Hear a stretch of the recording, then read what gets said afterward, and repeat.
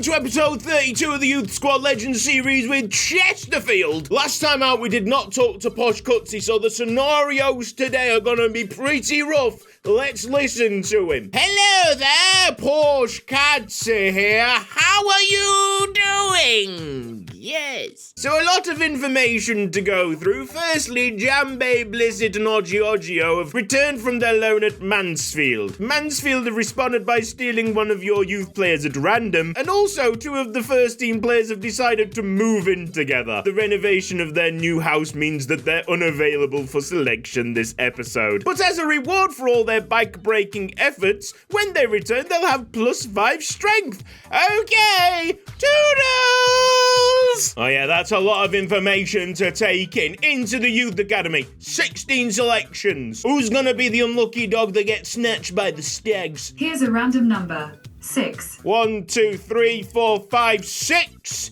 It's Lennox Passmore. Absolutely love the lad's name, but might have been a good selection there because his potential is so low. With Tevin Allen also going to Mansfield, I think we need to scout Jamaica again. I would say that is the first team lineup. Maybe Sorriman on the right-hand side. That's probably the strongest 11 that we've got. We'll go from the bottom, left to right. That's the number order. We need 2 random numbers, and hopefully one of them doesn't land on Jam. He's number 7. We don't want it to land on 7. Here's a random number. 5. 5 is Jamal Darassi. Now, it'd be great to have Kjartansen in there as well. +5 strength would do this lad a massive favour, you'd feel. So we're listening out for the number 11 to join number 5. 4. 4 is Chris Bancroft. Now, it's not the worst selections here because they're both defenders. Maybe there'll be some interesting squad selection or rotation that's needed over the next 3 or 4 games. But I'm actually quite happy about it, you know, and Jam is on the field for this episode. Get in there. We will get the returning players straight back into action. It's only Jam and Ebervine feeling the effects of last game. Oxford United against Chesterfield. So fired up here, and Bedder stings the ball to Alfie Hanford. He switches the play. Ogio down with the ball and trying to chip it up to Andrew Sorriman. Big chase on. I'm just waiting for some Sorriman movement and we finally get it. Errol Banks through. Eastwood makes the save. Sorriman make himself a nuisance. That should be Embedder's ball. It's an unbelievably bright start with the centre-backs absolutely dominating here. Errol Banks and now Sorriman. Let's get it to the midfield. Stroke it about like you own it. That's got to be stopped by Cliff Embedder. Dale down the line. Standing tackle. Good lad. Cliff Embedder chasing Dale once again. And he's solid as a rock. Hanford rolls the ball out to Tony Ogio. Back heel there. Domen Kometic has all the space in the world. What a through ball that is. Sorriman into the box. Surely. Yes. Chesterfield ahead. After just over 32 minutes of play, and boy don't we deserve it. Sorriman, Mon, he's not running down the wing. Sorriman, Mon, McDonald's, Burger King. Errol Banks interception. God, I've completely forgot how good this defence is. Tony Ogio, find it. What a ball. Sorriman couldn't find a second. Oh, Oxford United, they're panicking. Domen Kometic picks it up. Jam's not even got into the game yet, but he might do now. Just a quick ball to Sorriman, drops it off again. Jambe! Not gonna be on target. Jam falls over in the box, but it's a clean tackle. I mean, after playing with Mansfield for the last couple of days, this defensive line is an absolute joke. Errol Banks looks like a good player, and that should have been a penalty. Nasoro Issa trying to catch up with Harris. I mean, he could have played the pass across and given us some trouble, but that's going to be half-time. Chesterfield in the lead. Overall-wise, these guys have got to be one of the best teams in the league, surely. And we're just taking them apart every time they clear it. We're the first ones to the loose ball. Enos Jam! Deflection. This is the most comfortable 1-0 ever. Are we prime Barcelona or something? Soon as this ball goes up, Ebervine is on it. Oh, Domen Kometic is good. As a central midfielder or a cam, It's pretty excellent. That's not that far off from Enos. Another interception there by Eberwein, and we're on our way. The furthest that Oxford United have got all the way through the second half, and it didn't even result in a shot. Sometimes you have to play with a different team, a different career mode to realise just how special these lads are. What an unbelievable team that Chesterfield have organised. How can we be this comfortable at 1-0? What a find that is by Eberwein. Oh, now then, maybe a chance there for Oxford United. But Cliff and Bedder on the recovery run make sure that it stays 1-0. Absolutely stunning. This has been an unbelievable showing. Maybe a red card at the end of this. Oxford United completely outplayed, completely humiliated. Gatlin O'Donker, great name, yellow carded. I'll just point out something as well. Domen Kometes has won every single header that he's challenged for. That is dominance. So much dominance. Let's have a look at these match facts. Tobias Tanner. Some manager, mate. When have you ever seen me get 60% of the possession against the AI? On average, our ball recovery was 8 seconds. 165 passes. It might have only been 1-0, but we were light years better. We're looking like a championship club waiting in the shadow, waiting in the wings. As you might expect if you've ever built a great squad yourself on career mode, at this moment in time, I'm absolutely buzzing. There's no two ways about it. It's a glorious squad, and I've actually overlooked how good it is for the last couple of episodes because it's just turned out to be the norm, but this is not normal at all. Opponent analysis for our second game, 16th place, Shrewsbury Town. They've lost 3 of the last 5. They've only won 1 in that time. Sorry that I didn't give you a opponent analysis for that first game, but to be honest, Oxford United didn't even turn up. Eberwein might have needed this episode to get Bancroft out the way and start flexing his own ability. I'm dead impressed. Shrewsbury Town against Chesterfield. Now, in my head, I'm like, surely it can't get any better than that, but it probably will. Enos jam through the gap. It's Sombat Young, and with a lovely take, Kjartansen might be onside, but has to drop it back to the winger. Flag goes up. We're looking dangerous already. An incredibly rare moment for the opponents to attack. Christy Mayer at the front post, doesn't win the header. Alfie Hanford comes in with a save, and that might be the only time that I mutter his name through this episode. We're playing that well. That'll be an interception by Billy Blissett, who's like, oh, thank goodness, I'm back in Chesterfield. We are so disgustingly comfortable. Here goes Enos Jam. Kjartansen's just picking himself up from hopefully what is a light injury. It didn't seem like a big collision. Now Lloyd has turned Eberwein here. There's a chance for Shrewsbury. Well played, Alfie Hanford, on the 1v1. The home side have got some life in them. Keepers come out a long way. That's actually hit Sombat Youngen on the side, I think. Scoreline still at 0-0. Everything needs to calm down a little bit. This is a shocking time for Kjartansen to have any kind of injury. He could potentially play on, but I don't want to damage him further. Soroman can play up front with Ben Danya on for the second half. I'm fancying 2 more changes. Corbelli central attacking midfield, and Domen Kometes, so impressive in that last match, coming in for Rob Smeaton. Here's the first corner kick of the episode. It will be delivered into the box by Sombat Youngen. And that looks like a good one. Yes! It's right on Enos Jam. And that means that Chesterfield take the lead. 1-0. That's probably game over with how we're playing. As the Mazen Enos strikes again. League One's menace. He's just too good. Jesus Christ, look at him. He's just run through a player. Genuinely, all we need to do is put it into a general area from the corners. And if it's anywhere near Enos Jam, we've got about a 40% chance of it going into the back of the net. Domen Kometes lifts it up. Oh, keep on running, Enos.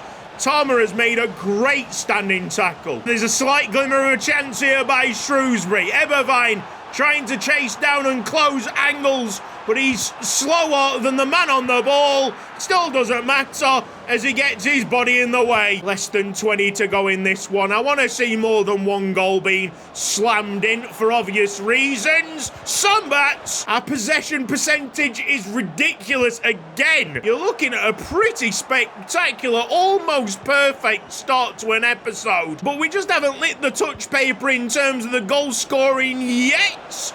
Andrew Sorman a whisker away from picking that one up in the box. Hey, a win's a win, and we're so desperate to get into the championship this season. It's looking very much like a formality. We are playing some unbelievable stuff. It's another 1-0 victory. Chesterfield fans, go and clap!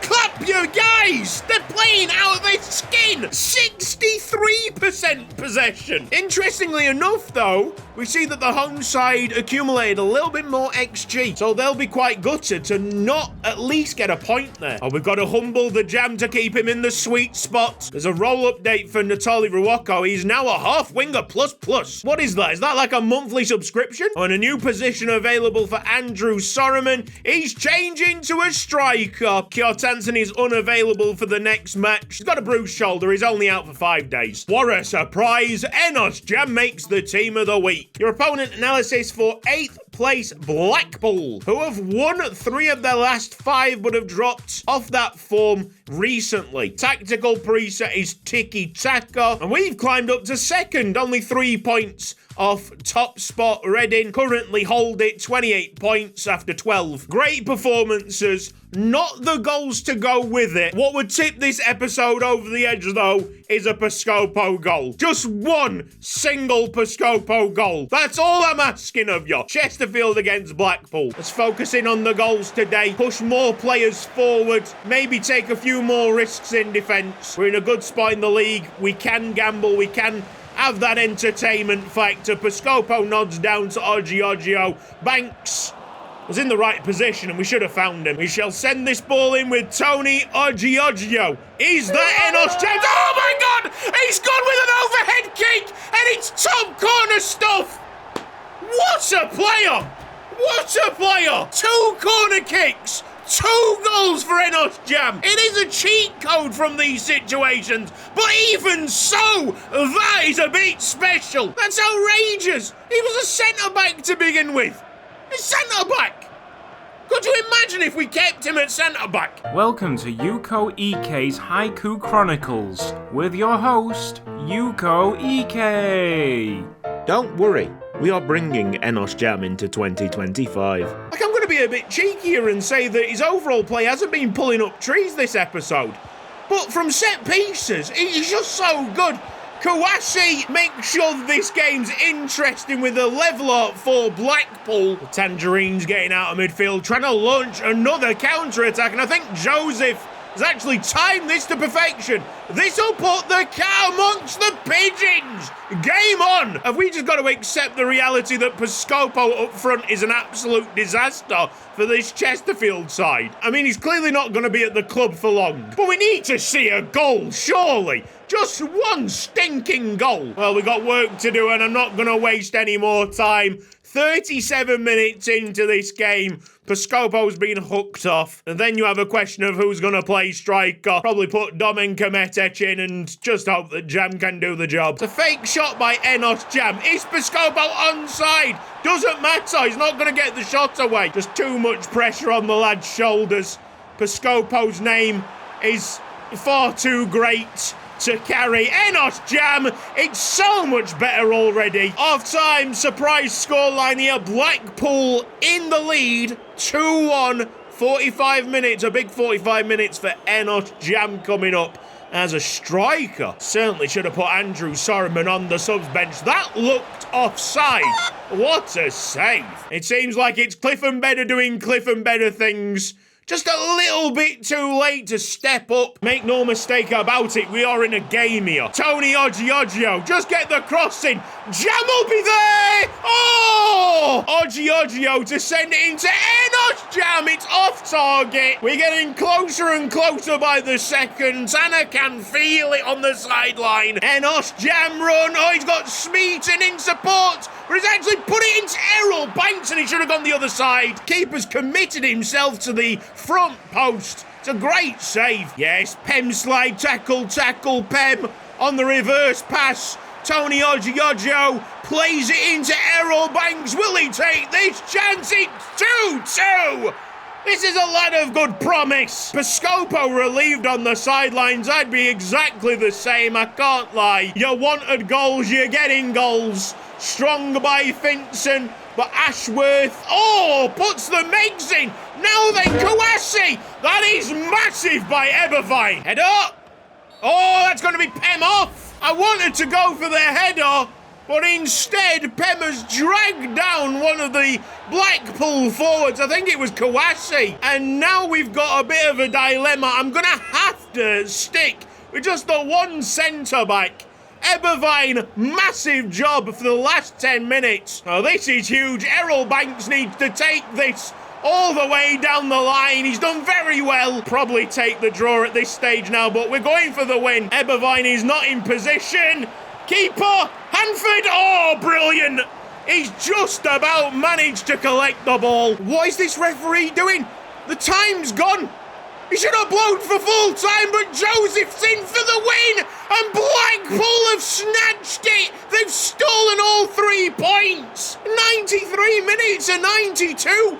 What's that all about? Well, we wanted entertainment and we got it in a big way. Unfortunately, it means that we've just left this game empty-handed. Still, what we have in front of us, our next fixture, gives us an opportunity to, I think, get into first place temporarily. Let's just have a look at the table. Everybody's played 13 games. Reading are 3 points ahead, but we've got a great goal difference coming into this game. Here's the opponent analysis. It's a 4-3-3 flat tiki-taka football. They've won 3 of their last 5. And the 2 centre-backs are miles apart. I think that's absolutely huge for Erika Kjartansson coming back from that slight knock. Much more firepower starting this one. Well, top of the table seems like a much more balanced game. Reading already asking questions with Alfie Hanford having all the answers. Seems like Kjartansson's injured again. Already our second free kick of the game. Reading seeming hyper-aggressive. This time Kjartansson has been able to shake off the injury. And he sets it up to Enos Jam! That's the first goal of the game! Chesterfield's ever-reliable number 8, Enos Jam, makes it 1-0. So easy. When he just drifts into that opening in the defence. He's basically going to score every single time. His composure's so good. Jens Fett just waiting for the run. Finally, we get it from Erika Kjartansson. Oh, I thought that was in. Must have whistled by the post, that one. Christy Mayer standing tackle. That'll bring about half time. These very professional 1-0 wins are becoming a regular occurrence, aren't they? Usually I would have a problem with that. We tried to change the formula against Blackpool. It didn't work. But against first place, you've got to take any win that you can have. Smith there offside. There's 20 minutes to change the storyline. Reading going for a short corner like they've done all game, and Sorman has just sealed it up every single time. Absolutely slammed that out of danger. Wanted to try and get it a bit further than that. Hanford brave. Ball rolled out to Billy Blissett. We forgot how to pass. Well, this could change it. Yes, what a goal by Smith. Please find Kjartansson. Oh, first touch was actually a lot better than what I expected. And Bengwe is probably in trouble here. Oh, the referee is just handing this one on a plate for us. Honestly, Kjartansson wasn't really going anywhere. Christy Mayer is wide open. Christy Mayer, bad touch. I mean, he was there. Open in on goal. Surely there's one more chance here for Chesterfield. Here's Kjartansson to win the game, and there's no limbs. Was that a corner kick? Has the goalkeeper got a hand to that? No, it's just a bad finish. And that's going to be the end of the game. Kjartansson's in a really rough patch of form. We should have won that right at the very end. Kjartansson's poked a shot that should have gone in miles wide. He's stepping further and further onto wobbly ground, and he will not like the news that's coming out of Mansfield. Andrew Gretsch is an absolute baller. Let Tuxie take you through the action. What's up, fellow gamers? It's your boy Tux here, catching you up with a Mansfield action, because that weirdo Cutsy couldn't do this skit for the last few episodes. He's got a cold. Weak, pathetic, some might say fraudulent. Alright, first game, Mansfield against Port Vale. Started out with Gretsch trying to be the creator, putting in a cross for Junior Tassett. Game changed after 41 minutes. Rico Walden sent off for a foul that didn't look like a red card in my opinion. Maybe he was spouting Chesterfield propaganda on the field. You'd think that'd be advantage for Port Vale, but no, Mansfield come out the blocks with 10 men. Andrew Gretsch winning a penalty and converting. He bashed in 2 more second half for a convincing 3-0 display, sending a very clear message to Wesley Purpart that he's not provider, but goal scorer. Ooh! Sole centre-back for that second half, Maxims Borisov, credited, even going to the team of the week. Good on you, pal. Transfer deadline day came along and it's Callum McDonald to Sivasspor, Hiram Boateng to Dunkirk, and Justin Noel Columba to KV Kortrijk. The second game that we're covering was in the BSM Trophy, up against Grimsby, where Pedrero showed his qualities. Djibouti was having a bit of a stinker at the back, suspect for both Grimsby goals to put them 2-1 ahead. I'd like to find out what was going through Siantar's mind, but it's alright because Krzysztof Krasucki in the 86th minute brought us level. And I wanted to point this out at the end. Jackson Sham is shambolic. I'm never gonna play with him again. He's 78 overall, never has been a 78 overall. Back to League 2 action now, and it's Salford away. Does anyone even remember that Salford's in League 2? It's like a project that's been forgotten. Soon to be the most irrelevant club around. Wonderful 1-2 play here by Junior Tassett and Andrew Gretsch to get us in the lead. That then doubled by the marauding run of Yurko Torres, putting this pass on a plate for Junior Tassett. Salford would get one back near the end of the game as a consolation prize, and there was just enough time left in the match for Robert Havoc to break a man in half. Alright, Colchester up at home, and it's Andrew Gretsch showing that he's actually got a bit of skill in the air as well. Could have had a second with 10 minutes to go. Wonderful fake shot to free up the space, but in fact it was Tavide and Colchester who would get that second goal, and the points were shared. By the away trip to Burton, the television coverage was focusing on Andrew Gretsch potentially breaking the goal-scoring record for League 2. For me personally, it seemed a bit early to be considering anything like that, but he keeps on scoring, and in all different kind of ways as well. He's absolutely magic. Not fraudulent in the slightest. Look at this second goal. Peter Zatko plays it into Jambe, who gets to the edge of the box. He drops it off to Junior Tassett, who runs out of space. Jambe then pops it off to Peter Zatko. First time cross, and a feint touch by Andrew Gretsch has put that into the bottom corner. It's immaculate stuff. Once again at the end of the game, Mansfield allowing the opponents to have a consolation goal, but it's a neat win on the road. Up next is potentially the game of the season, and quite honestly one of the best games that I've ever played in career mode. But there's a bit of backstory here before the match. You see, Roekillen had a broken toe, but I really wanted to play him, so our scenario maker, Roadman Cutsy, decided to cut his toe off. You get me, fam?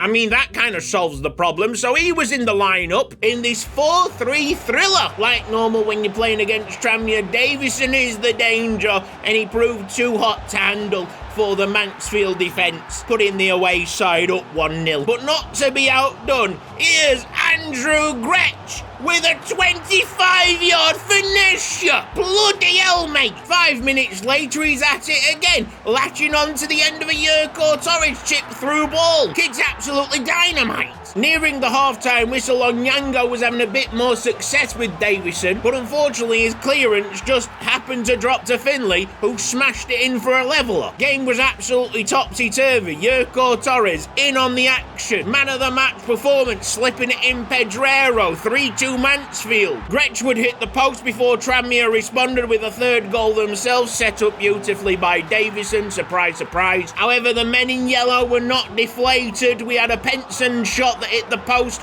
before Yurko Torres snatched in and played a wonderful ball to Andrew Gretsch, who bangs another hat-trick. And shout out to this cameraman who clearly doesn't know how to be a cameraman. Now, with all the effort, Gretsch could only play 20 minutes of the next game against Doncaster, and without that attacking intent, you probably know where this scoreline's gonna go. Oban Larkin with the big standout defending in this match. I broke Gretsch on for the last 20 minutes, and he almost got free. The people in the stadium couldn't believe this foul wasn't a red card. Appalling decision-making there by the referee, so I expect to see him in the Premier League in 2 years. Oh, it's another banger of a match. Mansfield against Notts County started off quickly, 6 minutes in. Lawrence Kengart from a corner kick. Looks like a conventional headed goal, but on the replays, he's clearly punched it into the net. That's how we do it at Mansfield. A soft spot for Lawrence Kengart after that goal. Blows were traded back and forth. There's very little defending I could do for this Notts County equaliser. It's alright though. Opportunistic Andrew Gretsch snatched the ball off a defender and put us 2-1 up. A really alert piece of defending here by Pesinakov made sure to protect the lead for a little bit longer. But in the second half, Notts County would successfully chip Siantar, setting up for absolute limbs at the end. Pedrero going all the way and placing a beautiful finish into the side nettings. Limbs!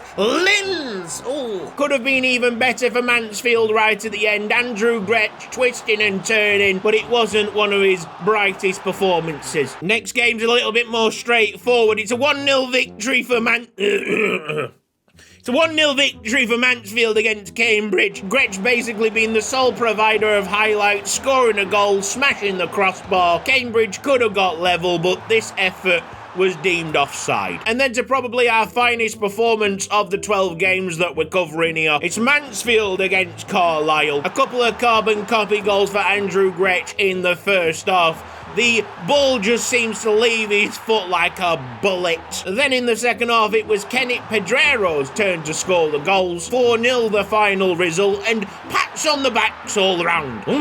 That huge result gave us 5 players. 5 players in the team of the week. Count them. Absolutely massive from the boys. To our penultimate game, it's away against that Accrington Stanley, and there's only one highlight to show from this match, but it's a bloody good one. Andrew Gretsch absolutely rockets this one in from downtown. Now you might be thinking to yourself, Tuxie, we haven't seen a defeat yet. Well, we've left the best till last. Here's Mansfield against Leyton Orient in an absolute disaster class by Aaron Jabaudu. It also doesn't help when the referee's giving penalties for clearly things that should not be penalties. Archibald converted the penalty. Leyton Orient were 2-0 up before Andrew Gretsch got onto the end of a deflected pass and was able to barrage his way to goal to cutting off the deficit. With 30 minutes left, you could say that Mansfield were hopeful of turning this one around. Sadly, Aaron Jabaudu had a different idea. In fairness, there was a lot of work still left to do for Ajay, and he dispatched it wonderfully. But for me, he wasn't the man of the match. I highlighted this regen Ryan Pearce, 73 overall centre-back, who has been the only defender to hold a candle to Andrew Gretsch. So I salute his performance, and he might become a Mansfield Town player in January. Watch this space. Catch win a bizzle, folks. It poses a really big question later on down the line. Is it right to bring back Andrew Gretsch, who is obviously a superstar player, after being denied the opportunity to play for Chesterfield earlier on in his career? In my head, we obviously do it. We sign up a good player to improve the team. But in my heart, I don't think it's a move that would be made, and I'm 50-50 on this one. Obviously, I want to play with Andrew Gretsch at Chesterfield, but the storyline is important. Maybe it's a bit too important for that transfer to happen. Tell me down in the comment section what you guys think of it. Would you like to see Andrew Gretsch have a chance at Chesterfield, or do you think them bridges have been burnt? This has been Cutsy. Thank you ever so much for watching this episode of Youth Squad Legends. If you've enjoyed this episode, then please give the video a like. If you're not subscribed around here yet, then press the red box down below and hit the bell icon for mobile notifications. A big thanks to everybody on the right hand side supporting me financially on Patreon. I haven't updated that credits list in a while, so if your name's not appearing, it will appear very soon, okay? Cheers to everyone watching this episode in, episode out. Take care. See you next time. Bye-bye. Psst. It's Tuxie here with a message. Don't subscribe to this fraud. Go and subscribe to the Tuxie channel instead. We're nearing 5 subscribers. We need all the help that we can get. So, yeah, subscribe to Tuxie, not this guy.